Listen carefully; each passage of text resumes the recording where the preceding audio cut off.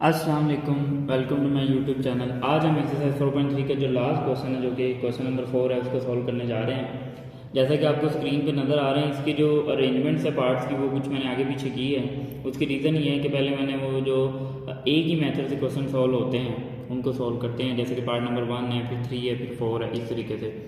तो आप देखें कि हमने इसको सिंप्लीफाई करना है।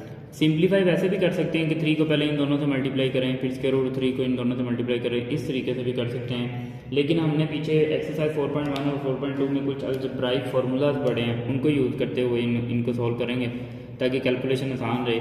जैसे कि हमने एक फार्मूला पढ़ा था a plus B multiply by A minus B. तो आपके पास किसके इक्वल होता है ये?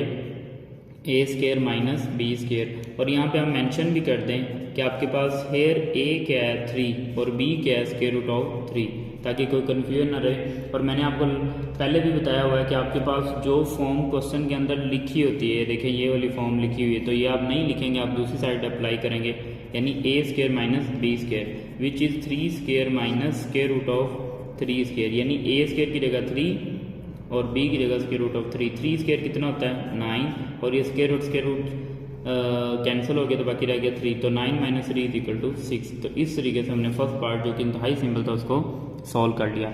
अब सेकंड पार्ट को सॉल्व करते हैं। जैसा कि आप देख सकते हैं सेम शेप का क्वेश्चन है, जो फर्स्ट पार्ट जिस तरह था उसी तरह का सेकंड पार्ट है। तो आप कोशिश करें वीडियो को स्टॉप करके इसको खुद करने की कोशिश करें। इस क्वेश्चन में भी सेम वही फार्मूला अप्लाई होगा। तो सबसे पहले हम वो फार्मूला लिखते हैं, a plus B multiply by A minus B which is equal to A square minus B square.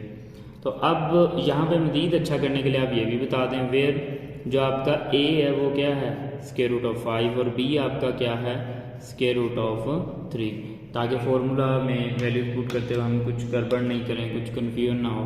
तो हम यहाँ पे वैल्यू सब्स्टिट्यूट करते हैं। तो हमारे पास क्या आ जाएगा, ये देखें ये वाली जो साइड है ये हमारे पास क्वेश्चन में लिखी हुई है ऑलरेडी, तो हमने बस ये लिखना है ए स्केयर माइनस बी स्केयर। ए स्केयर मीन जो आपके पास स्केयर रूट ऑफ 5 का स्केयर, और B square mean square root of 3 का स्केयर। स्केयर रूट कैंसिल हो गए तो बाकी रह गया 5 माइनस 3, तो 5 माइनस 3 कितना आंसर होता है 2। तो इस तरह से हमने फर्स्ट पार्ट भी सॉल्व कर लिया और सेकेंड पार्ट भी सॉल्व कर लिया। अब आते हैं फर्स्ट पार्ट भी सॉल्व कर लिया और थर्ड पार्ट भी सॉल्व कर लिया। अब आते हैं फोर्थ पार्ट पे। ये पहले जो मैंने 3 क्वेश्चन लिखे हैं, तीनों का मेथड एक जैसा था, इसलिए मैंने इनको इस तरह से अरेंज किया।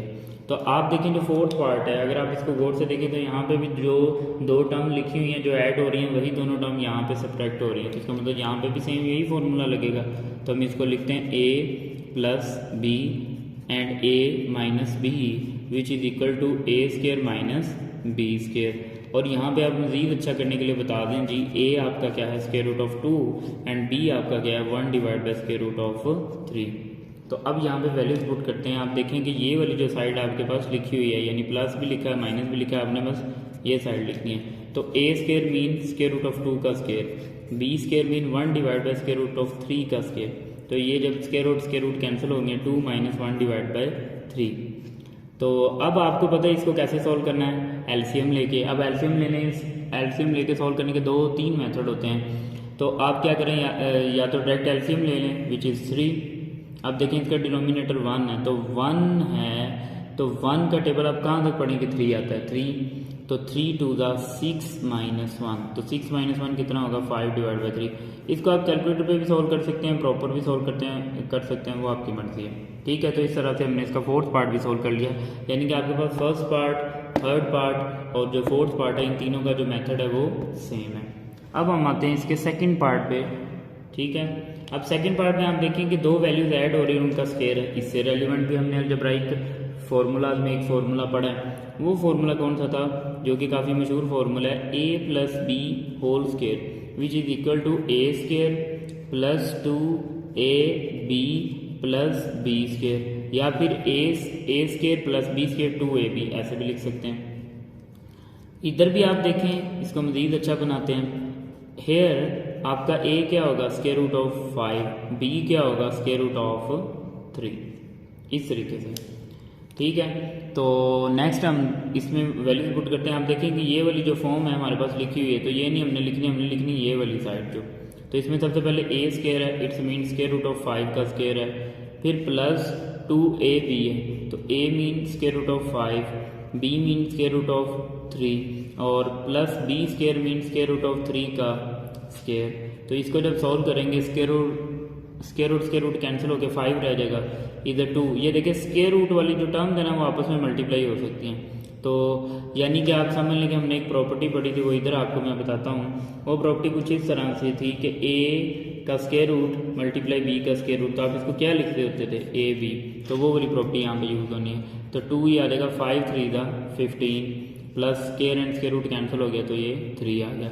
अब ये 5 प्लस 3 कितना हो जाएगा, 8 plus 2 square root of 15। Answer इतना भी ठीक है, लेकिन अगर आप इसमें से 2 कॉमन ले लें, जैसे कि देखें 2 और 8, 2 कॉमन ले लें तो यहाँ बचेगा 4 प्लस स्क्वायर रूट ऑफ 15। तो ये इसका आंसर है। कॉमन लेके अंदर आंसर कैसे लिखते हैं, डिवाइड करके। यानी 2 का टेबल कहाँ तक पढ़े कि 8 आए तो 4, 2 का टेबल कहाँ तक पढ़े 2 स्क्वायर रूट 15 है तो 2 1 2, इस तरह से।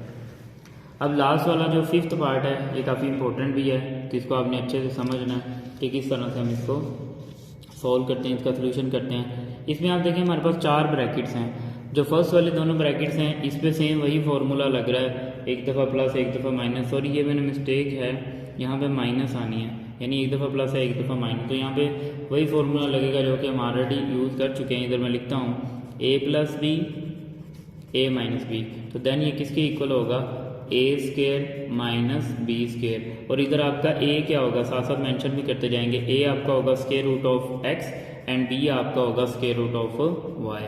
तो यहाँ पे जब हम वैल्यूज पुट करेंगे, यानी ये दोनों साइड हमारे पास लिखी हुई हैं ये, तो हमने बस ये साइड लिखनी है। तो a square mean square root of x का square, b square mean square root of y का स्क्वायर, ठीक है। और यहाँ पे लिखते हुए आपने ब्रैकेट लगाना नहीं भूलना, ठीक है, ये खास ख्याल रखना है, एक्स प्लस वाई। क्योंकि अगर आप ब्रैकेट नहीं लगाते तो ये वाला जो एक्सप्रेशन है ना वो फिर इसी के साथ लिखा जाएगा, इसके साथ नहीं लिखेगा। तो ब्रैकेट का मतलब है ये हो कंप्लीट के साथ है।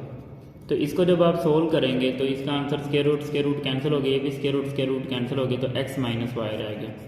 और बाकी रिमेनिंग वैसे X plus Y, X square plus Y square. अब आप यहाँ पे अगर देखें एक्स माइनस वाई है, एक्स प्लस वाई है। अब अगेन यहाँ पे फिर फॉर्मूला यूज़ हो रहा है वही ए प्लस बी और ए माइनस बी वाला। तो यहाँ पे फिर लिखते हैं अगेन फॉर्मूला ए माइनस बी अब और ए प्लस बी। तो किसके इक्वल होगा, ये इक्वल होगा ए स्क्वायर माइनस बी स्क्वायर। और इधर अब आपका ए और बी किसके इक्वल होगा, ए आपका इक्वल होगा एक्स के और बी इक्वल होगा वाई के। तो इधर जब वैल्यूज पुट करेंगे हम तो हमारे पास किस तरह का एक्सप्रेशन आ जाएगा, हमारे पास एक्सप्रेशन हमारे पास आ जाएगा जी एक्स का स्क्वायर माइनस वाई का स्क्वायर, और इधर आ जाएगा X square plus Y square. Again इस पर देखें फिर वही फॉर्मूला लग रहा है प्लस और माइनस वाला। दोबारा से लिखते हैं a minus b a plus b किसके इक्वल होगा, a whole square minus b whole square. तो हेयर आपके पास जो ए है वो किसके इक्वल होगा, एक्स स्क्वायर के, एंड बी किसके इक्वल होगा, वाई स्क्वायर के। तो जब यहाँ पे हम लिखेंगे आप देखें कि ये जो दोनों साइड हैं ये आपके पास लिखी हुई हैं ए माइनस बी और ए प्लस बी, तो आपने ये दोनों साइड जो हैं ये लिखनी है। तो जब यहाँ पे लिखेंगे यानी ए स्क्वायर माइनस बी स्क्वायर, ए स्क्वायर का मतलब है एक्स स्क्वायर का स्क्वायर, और बी का मतलब है वाई स्क्वायर, और बी स्क्वायर का मतलब है वाई स्क्वायर का स्क्वायर। तो ये हो जाएगा x4 माइनस y4। तो इस तरीके से हमने आज के लेक्चर में, आज की क्लास में हमने एक्सरसाइज 4.3 का जो क्वेश्चन नंबर 4 है उसके तमाम पार्ट्स को अच्छे से सॉल्व किया है।